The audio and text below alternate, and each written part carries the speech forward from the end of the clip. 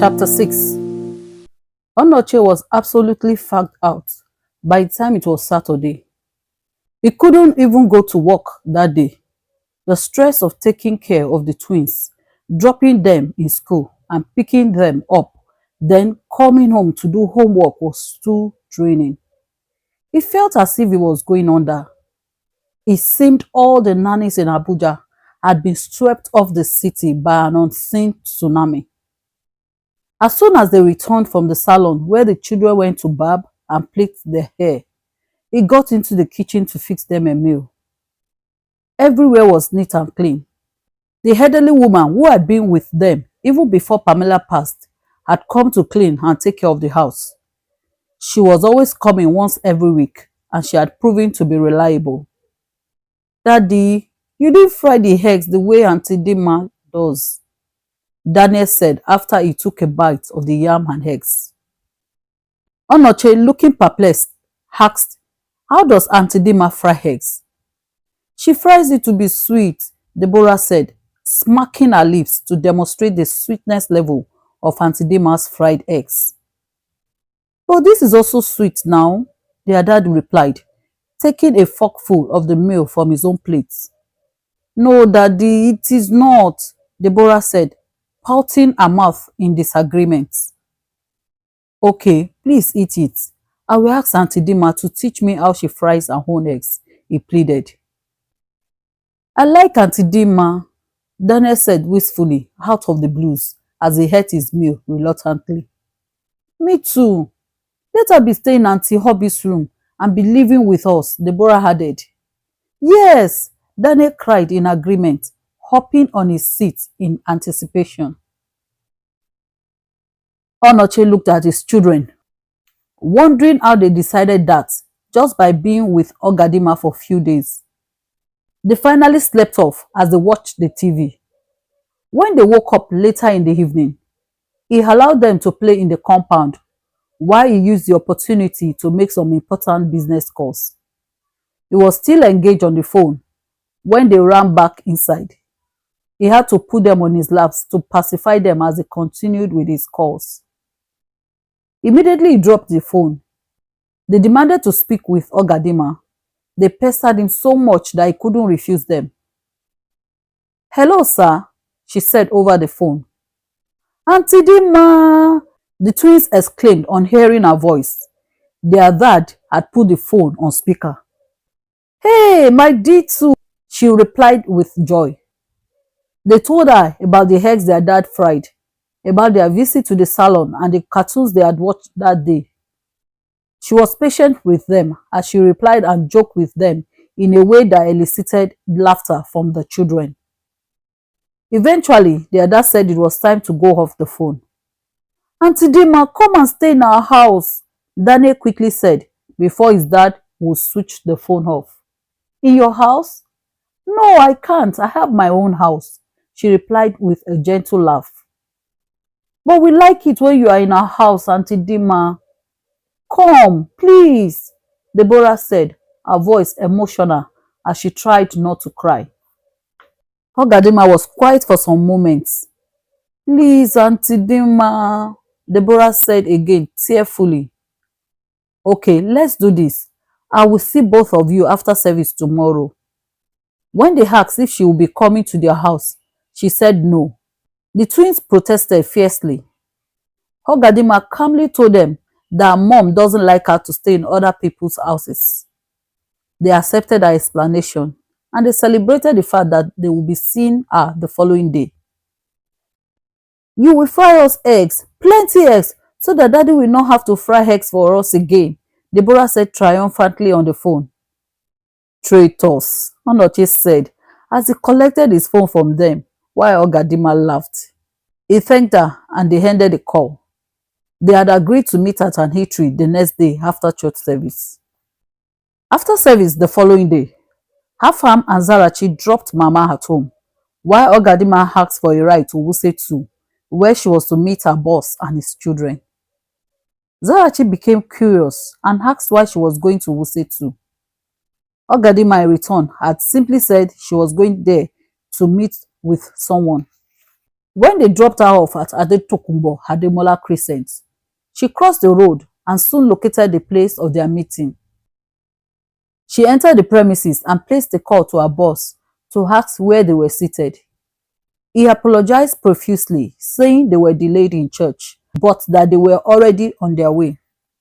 Please get a table and order a drink while you wait for us, he added. Ogadinma decided to take a seat at one of the outdoor restaurants. She believed it was a preferable option because of the children. She didn't wait too long before he called that they were within the premises. She directed him to where she was sitting, waiting for them. The twins screamed immediately they sighted her, and they were soon enfolded in her arms amidst greetings and several gists. Ogadinma laughed heartily as the twins told her that their daddy didn't know how to fry eggs like her. Hey guys, easy on me. After all, I have been frying without complaints before Auntie Dima came. Onochie retorted in mock exasperation. They ordered food and drinks. Meanwhile, the children had so much to tell her that one would think they had not seen her in almost a year, as against the fact that she had left their house less than a week ago. Onochie watched as Ogadinma listened to the children and patiently helped them with their meals, either to fill their cups or cut their meat into smaller chunks. No, you don't. Okay. No, you don't. She gently warned Daniel, who was about to pick some grains of rice that poured on the table into his mouth. Daniel, looking downcast, looked at her unhappily. Daniel, you don't want to have stomach pains, do you? He shook his head. Well, picking food from the table or floor can make someone really sick. Do you like to be sick? She asked again. No, Auntie Dima, I don't like to be sick. My head will be paining me, Deborah said, holding her head with her hand for emphasis. Yes, Ogadinma said, just as Daniel also responded that he also didn't like to be sick. Good. If you want more food, just ask for more, but don't pick food from the table, she instructed. And the children nodded happily before continuing their meal. When Ogadinma looked up, it was straight into Mr. Nwachukwu's eyes. He had been watching her interactions with his children since they arrived. For someone who doesn't want to be married, you are quite good with children, he said gently. That sounds like a backhanded compliment, she said with a coquette smile. He smiled back at her charmingly. No, I'm just curious as to how you love children, but don't like the process through which they are birthed. Well, there are several ways of having children outside the boundaries of marriage, Ogadinma replied. Onochie nodded. They continued eating, and when she looked up, Ogadinma was surprised to find him looking at her again. She picked a napkin and wiped her mouth. Do I have some food stains on my face? She asked sardonically, after she had confirmed with the napkin that her face was clean. Shaking his head, Onochie replied, No, you don't. Okay, she said in a drawl. If I may ask, what made you swear off marriage? He blurted. Without giving it much thought, Ogadinma said coldly, Because my father is a scum, and the men that I've met are all scums. Onochie was momentarily thrown aback by her reply. The word of knowledge showed her that father's heart came back to him at that moment. I'm sorry to hear that, he whispered. She didn't reply, but attacked her meat with such viciousness, like she was attacking the entire male gender. She really didn't know why her heart melted every time she saw those children. Since she had now learnt that their mom was late, she couldn't even put the love she has for them into words. No wonder, her mother exclaimed, breaking into Ogadinma's thoughts. She had just informed her that her boss wife was late. I knew something wasn't right, especially when he asked you to stay with his children while he traveled. A mother would have made alternative arrangements, even if she wasn't around, Mama continued. Oh, those poor children are really motherless. I pray that God will watch over them in Jesus' name, she prayed. Later that night, Onochie walked restlessly around the sitting room upstairs after his children had slept. He reflected on his conversation with Ogadinma earlier that day at lunch. The world doesn't know us because it did not know him, came back to him like a rushing wind. Yes, he exclaimed as he searched and came across the quote in 1 John 3:1. See what love the Father has given us, that we should be called children of God, and that is what we are. The reason the world does not know us is that it did not know him.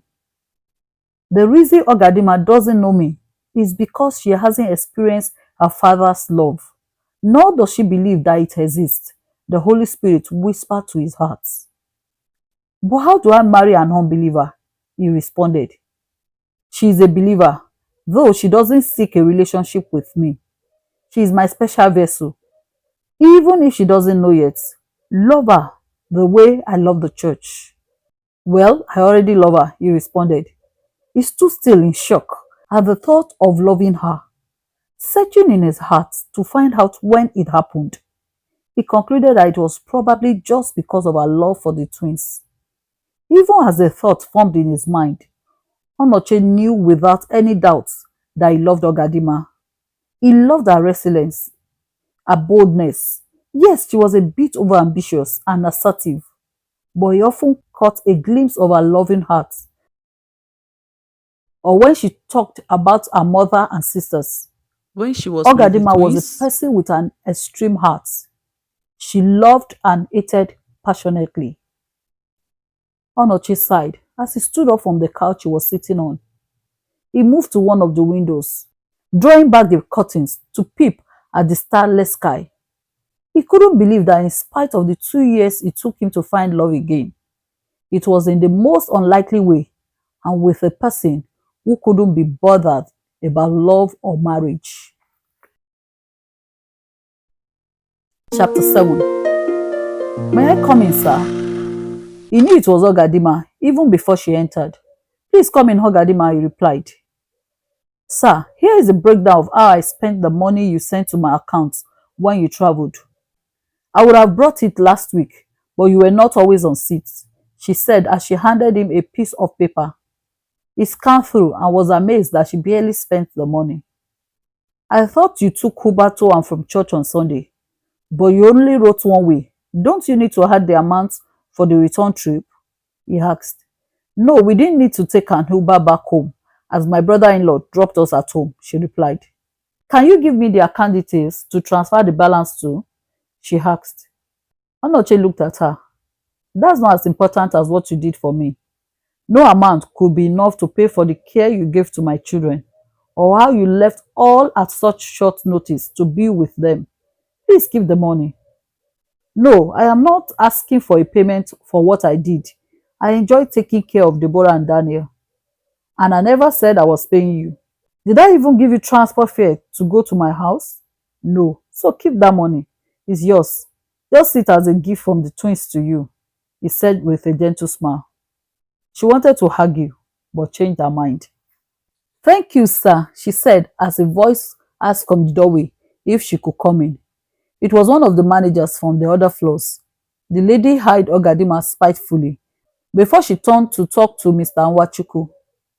Ogadinma wondered why the lady Brenda had eyed her so distastefully. She quickly excused and left the office. On Ogadinma's last day in Onoz Electronics, the manager asked the staff to wait behind for a brief meeting after the close of day. The staff came together on the 3rd floor of the building where they had a surprise send-off party for her. They provided small chops and other handy snacks, and some of the staff were asked to talk about her. She was described as a dutiful lady, though a no-nonsense one. She was presented a gift, and Mr. Nwachukwu strolled in just as the program ended. He stood aside as most of the staff members scuffled off, hurrying to go and get taxis home, as it was way past their closing time. I must say you have been a very valuable worker during the period of your youth service with us. I pray that your path will shine brighter in Jesus' name, Onochie said as she stood before him. She smiled proudly. Thank you, sir. I really want to appreciate you for giving me the opportunity to work here. This past year has broadened my horizons and given me clarity concerning my future career. I am happy to hear that, Onochie responded. And thanks for the gift too, sir, she said, sheepishly raising the wrapped gift. He waved in dismissal, saying it was nothing. Any job offers yet? He asked quietly. No, but I have some aptitude tests lined up. Hopefully, I will secure the bag, she said with a grin. That's nice. Don't be a stranger. And if you ever need a job, just give me a call. He looked at her in the same intense way he had been doing of late. See you around, he said, then turned around and left as quickly and quietly as he had come. Later, from the window in his office, Onochie watched Ogadinma walked out of the premises. He felt hollowness in his heart, almost as if she was living with a part of him. Then, why are you letting her go? I can't possibly hold her down. Ogadinma is like a bird, seeking to explore. You can't hold such down, except she desires to be held down, he replied to the question of his inner voice. He suddenly remembered that he needed to pick up the children from the after school he had temporarily registered them with.